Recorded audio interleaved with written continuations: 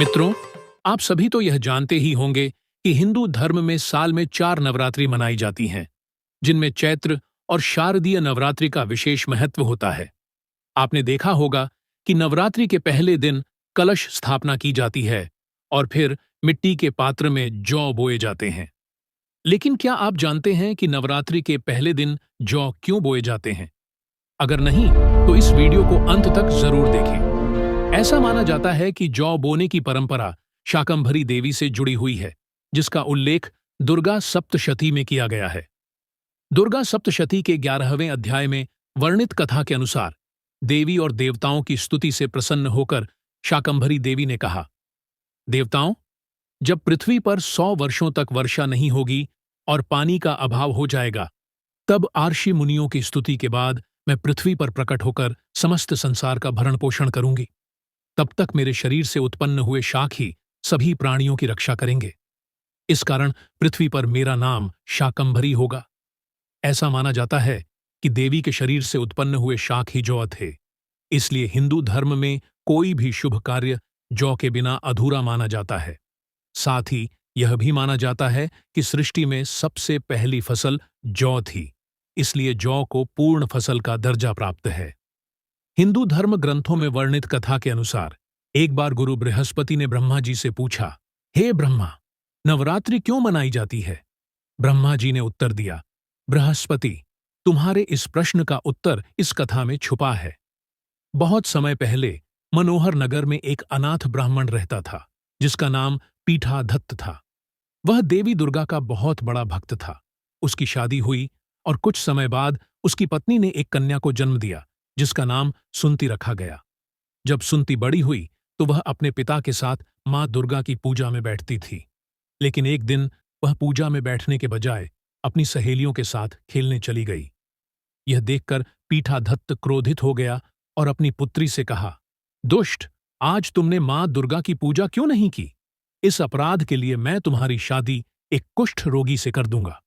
पिता की बातें सुनकर सुंती को बहुत दुख हुआ, लेकिन उसने उत्तर दिया, पिताजी, मैं आपकी पुत्री हूं। आप जैसा चाहें वैसा कर सकते हैं। अगर मेरे भाग्य में कुष्ठ रोगी पति ही लिखा है, तो मैं क्या कर सकती हूं? जो इंसान जैसा कर्म करता है, उसे वैसा ही फल प्राप्त होता है। सुंती के मुख से ऐसी बातें सुनकर पीठाधत्त का क्रोध और बढ़ गया और उसने अपनी पुत्री का विवाह एक कुष्ठ रोगी से कर दिया। सुंती की भक्ति और देवी दुर्गा का वरदान विवाह के बाद जब सुंती अपने पति के साथ वन में चली गई, तो देवी दुर्गा उसके सामने प्रकट हुई और बोली, हे पुत्री, मैं तुमसे प्रसन्न हूं। तुम जो चाहो वरदान मांग सकती हो।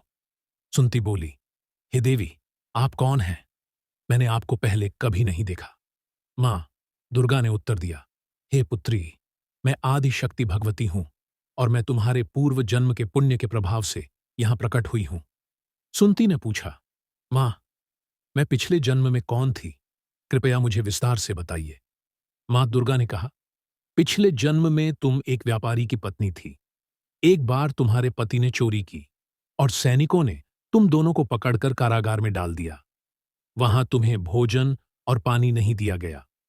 उस समय नवरात्रि के दिन चल रहे थे और तुम्हारे अनजाने में ही सही, लेकिन 9 दिनों तक व्रत हो गया। इस व्रत के प्रभाव से मैं प्रसन्न हुई और तुम्हें वरदान देने आई हूं।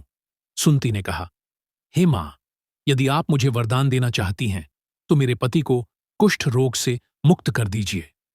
मां दुर्गा ने कहा, पुत्री, यदि तुम नवरात्रि के एक दिन का पुण्य अपने पति को अर्पण करो, तो वह निरोग हो जाएगा।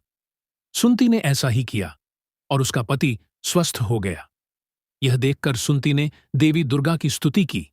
मां दुर्गा ने सुंती को नवरात्रि व्रत की विधि समझाई। हे पुत्री, नवरात्रि में 9 दिनों तक विधिपूर्वक व्रत करना। यदि दिन भर का व्रत ना कर सको, तो एक समय भोजन करो।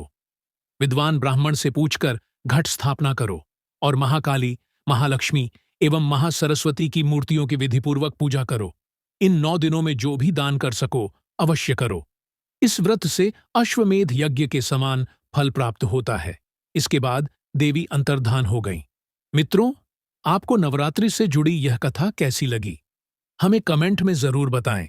अगर आपको यह वीडियो पसंद आया हो तो लाइक, शेयर और सब्सक्राइब जरूर करें, ताकि हम आपके लिए ऐसे ही अद्भुत धार्मिक और पौराणिक रहस्य लेकर आते रहें।